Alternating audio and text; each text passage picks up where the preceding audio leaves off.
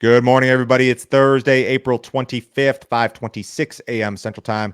Grain markets are mixed this morning. July corn futures down 3/4 of a cent at 447 and 3/4. July soybeans down 7.5 at 11.74. July Chicago wheat up a half at 613 and a half. July Kansas City wheat down 1 3/4 at 628 and 3/4. July spring wheat up 2 1/4 at 687 and 3/4. Let's start off with this India wheat story. India's wheat stocks have fallen to their lowest level in 16 years.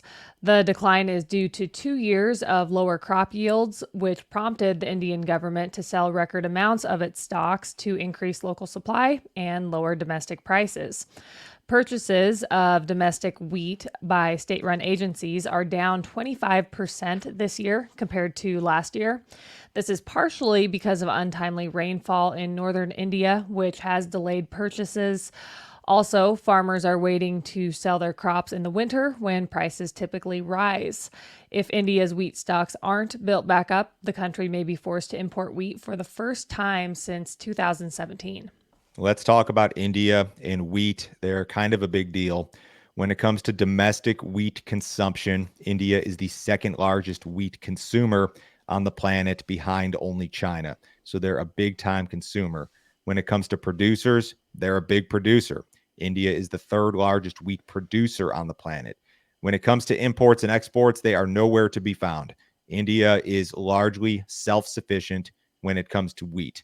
Now, there was 1 year where they imported a ton of wheat. The 2016-2017 marketing year, they imported almost 6 million metric tons of wheat, which would make them this year like the sixth or seventh largest importer.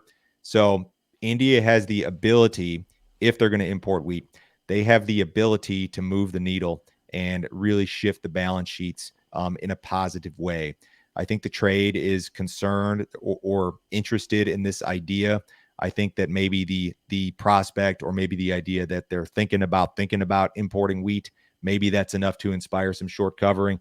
The world wheat situation is fairly tight. I don't think I updated this chart this month. I think it might be a month old, but that 32.5% stocks to use ratio globally is very close to what USDA is projecting right now. And if that's real, it's the tightest since 2014, 2015. So you've got a tighter world situation, and now you've got a big time wheat consumer with a shortage. And if they start to import wheat, it could be a game changer. I think that this is part of the reason that the market has acted so well. You look at a Kansas City wheat chart. This is July Kansas City. We've rallied 92 cents from the March low. That's 17%. It's a big breakout on the charts. A lot of your downtrend lines have been busted. Looks a hell of a lot better. We hope it can drag the row crops along with it. It has to some extent to this point, I guess. Rain will return to the central U.S. today and tomorrow. Totals over the next 72 hours should be highest in Missouri, eastern Kansas, northwest Oklahoma, and western Nebraska. The 5-day map is drastically wetter and includes rain for Iowa, Illinois, Minnesota, Wisconsin, South Dakota, and North Dakota. Indiana and Ohio will be much drier by comparison. An active weather pattern may continue for at least a week and possibly through the first full week of May. The moisture is needed in many areas, but it will cause delays in the field work. Yeah, the rains are a double-edged sword. I mean, you'd love to have them 2 weeks from now after everything's planted. I think that there has been a ton of planting activity this week ahead of these rains, depending on the location. I know some areas are still too cold or too wet or whatever. When you zoom in on the Corn Belt, this is just the next 5 days. And the 5-day map is usually pretty reliable. When you get up beyond that, it becomes less and less reliable. But you're talking a lot of rain and pretty widespread coverage for the Western Corn Belt into Illinois, Wisconsin, and then Indiana, Ohio, Michigan, Kentucky, places like that are going to be drier by comparison. We've also got some rain on tap for HRW wheat country in the Southern Plains. I did this comparison today. So here's wheat production density versus the forecast. A lot of those areas, high production density areas of, say, central Kansas, are going to catch some rain the way that it looks. And then like the western third of Kansas is going to be dry. Some of those areas in eastern, or call it northeastern Colorado into western Nebraska, may catch some rain as well. So that would be very helpful if realized in those areas. I know they've been dry. So if you guys have not checked out our premium content, you need to do so. Joe, can you tell me about the video you put together with Brian Split yesterday? Brian was on yesterday, ran charts for us. The grain charts do look a lot better. We talked about that. Some potential upside targets that Brian is watching. I thought the most interesting thing was the cattle and feeder cattle charts. Honestly, we do grain markets, but we get into some of the other things as well. And some of the things that Brian was talking about in cattle and feeder cattle would be must-watch stuff if I was in the cattle business. I'll tell you that much. If you guys want to see the premium stuff, go to standardgrain.com. You can sign up this morning. This is a $50 per month subscription. You will get 2 emails per day from us. The morning email, which is jam-packed full of info, goes out at 5 a.m. Central Time. It includes the 6 most recent premium videos. We do a new one every single business day. The 10 a.m. Central Time email blast includes that day's premium video. There's also a text message list where we blast out grain marketing recommendations. We do quotes twice a day. We do the videos. This is the best way to support what we're doing here, guys. If you like YouTube, if you like the podcast, you'll love the premium subscription. I promise. Give that deal a shot this morning. Grocery store milk has tested positive for the bird flu. Early testing shows that the virus in the pasteurized milk wasn't infectious.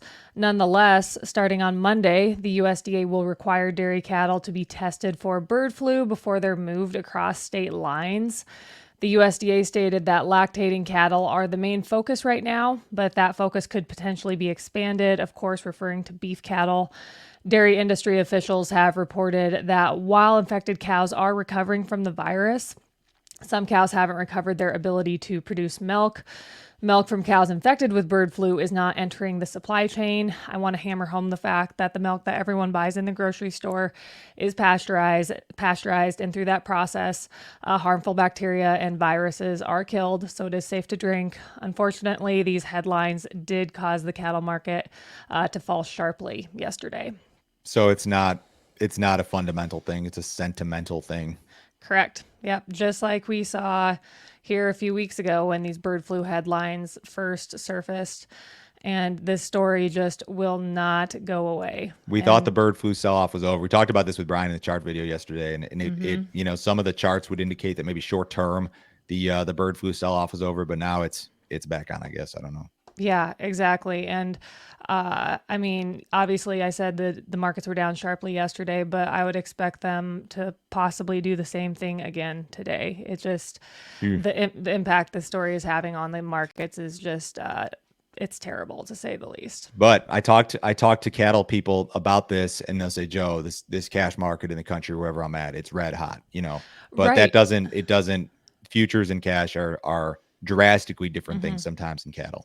Right, exactly. And we did see some cash sales yesterday in Texas and Kansas, not very many, but they were steady with last week.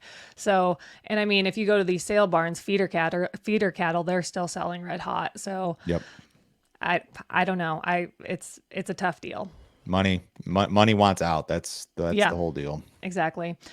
So U.S. ethanol production declined last week. Weekly output of 1 million barrels was down 3% on the week and down 6.8% versus the same week last year. Ethanol stocks were pegged at 25.7 million barrels. The print was down 1.3% compared to the previous week, but up 1.7% compared to the same week last year. Implied gasoline demand was up 2.8% compared to the previous week. It was down 2.8% compared to the previous week and down 1.1% versus the same week last year.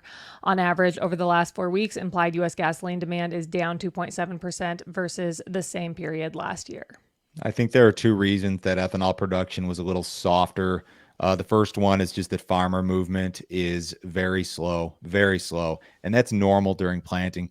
You're seeing that reflected in basis bids, especially in parts of the Western Corn Belt that were drought-stricken last year. There's in some areas of Iowa, Minnesota, places like that, Nebraska, there are positive basis bids, and cash corn is the cash corn market's very strong. So if you guys haven't checked on your cash corn market recently because you're too busy, you may want to do so. I know not everybody can deliver or sell during planting, but maybe worth making a phone call. The other thing is I think that there was some plant maintenance 2 weeks ago, and maybe a little bit of that continued into this previous week. USDA reported an update to a recent flash sale yesterday. Last Friday, it was reported that U.S. exporters sold 4 million bushels of soybeans to unknown destinations. Yesterday, USDA revised that sale to show delivery to Mexico instead of unknown destinations.